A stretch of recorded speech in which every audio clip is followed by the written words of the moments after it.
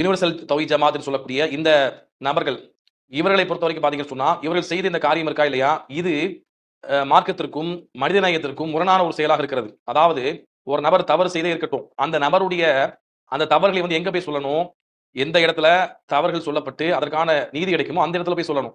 உதாரணமாக நீதிமன்றத்துல அல்லது வந்து காவல்துறையிட்ட சொல்லி வழக்கு தொடுத்து அதற்கான முறையான நடவடிக்கை எடுக்கப்படணும். அப்படி செய்யாம நாங்க 4 பேர் இருக்கிறோம். ஒரு பீம நகர்ல ஒரே ஒரு கிளை வைத்துக் கொண்டு நாங்க ஒரு 4 நபர் ஜமாத்தா இருக்கிறோம். எனவே நாங்க தலையிட்டு ஜமாத் தலையிட்டு இந்த பிரச்சனையை நாங்க முடிச்சு வைக்க போறோம்னு கிளம்புனா, இப்படி ஆளுக்கு ஆளு கட்ட பஞ்சாயத்து செய்ய கிளம்புனீங்கன்னு சொன்னா, யாருடைய தவறையும் என்ன செய்ய முடியாது. முழுமையாக தீர்வு காண முடியாது.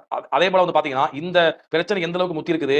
இது பெரிய அளவுல பேசப்பட்டு, ஷிரி டிவின்னு சொல்லக்கூடிய சங்கிகளுடைய ஊடகமாக தொலைக்காட்சியாக இருக்கக்கூடிய அந்த யூடியூப் சேனல்ல வந்து பாத்தீங்கன்னா, இந்த செய்தி எடுத்து பேசப்பட்டிருக்கிறது. இஸ்லாமிய சமுதாய மக்களை வந்து ஏதாவது வந்து கேவலப்படுத்தணும் என்று கங்கணம் கட்டிக்கொண்டு வாயை பிளந்து கொண்டிருக்கக்கூடிய சங்கிகளுக்கு தான் நீங்க தீனி அள்ளி போடுறீங்க. இதன் மூலமாக சமுதாயத்திற்கோ மக்களுக்கோ எந்த ஒரு நன்மையும் கிடையாது. பிரச்சனையை வந்து பூதாகாரமாக்க தான் நீங்க வந்து பாக்குறீங்களே தவிர, அவர் மீது ஏதோ ஒரு காழ்ப்புணர்ச்சியை தான் இது வெளிப்படுத்த வேண்டும் என்ற நோக்கத்துல தான் நீங்க செய்றீங்களே தவிர, இந்த பிரச்சனைக்கு தீர்வு காண வேண்டும் என்று நீங்க செய்யல. தீர்வு காண்பதா இருந்தா என்ன செஞ்சிருக்கணும்? முறையாக அவரை கூப்பிட்டு அழைத்து உட்கார வைத்து, இரு தரப்பையும் அழைத்து அவர் சார்பில உள்ள மக்களையும் அழைக்கணும். 2 தரப்புல உள்ளவங்க உட்கார்ந்து பேசி மூத்தவங்க என்ன செஞ்சிருக்கணும்? அதற்கான தீர்வு கண்டிருக்கணும். அப்படி செய்யாம, உங்க தரப்புல உள்ள நபர்ல கூட்டு போய் அவர் இருக்கிற இடம் தெரிந்து அவர அழைத்து வந்து அல்லது வந்து அந்த இடத்துல போய் நீங்க பிரச்சனை பண்ணி, அத பூதாகாரமாக்கி வெளியிட்டு இருக்கிற பிரச்சனையை பூதாகாரமாக்குறீங்க. உங்களுக்கு வந்து பிரச்சனையை தீர்க்க வேண்டும் என்ற நோக்கமா? இல்ல கட்ட பஞ்சாயத்து செய்து அடியாட்கள வைத்து மிரட்டி, வீடியோ புடிச்சு அடுத்தவருடைய மானத்த வந்து வெளிய கொண்டு வந்து பகிரங்கப்படுத்தி, இப்படி சங்கிகள் எடுத்து பேசக்கூடிய அளவுக்கு வந்து ஆக்கணுங்கிறது நோக்கமா? எனவே வந்து இது மாரி கட்ட பஞ்சாயத்து செய்யக்கூடிய மக்கள் நல்லா பயந்து கொள்ளுங்க. நாளைக்கு வந்து அவருக்கு பணத்த குடுத்தரலாம். அவங்கள்ட்ட இருந்து மன்னிப்பு வாங்கிடலாம். அல்லாஹ்விடத்துல தௌபா செஞ்சிரலாம். ஆனா இந்த வீடியோ வந்து பாத்தீங்கன்னா, இது மறைக்கப்படுமா? இது சமூக வலைதளங்கள்ல பகிரங்கப்படுத்தப்பட்டு விட்டதுன்னு சொன்னா, அவருடைய காலம் முழுக்க அவருடைய சந்ததிகள் எல்லோருக்கும் அது வந்து கெட்ட பேரு.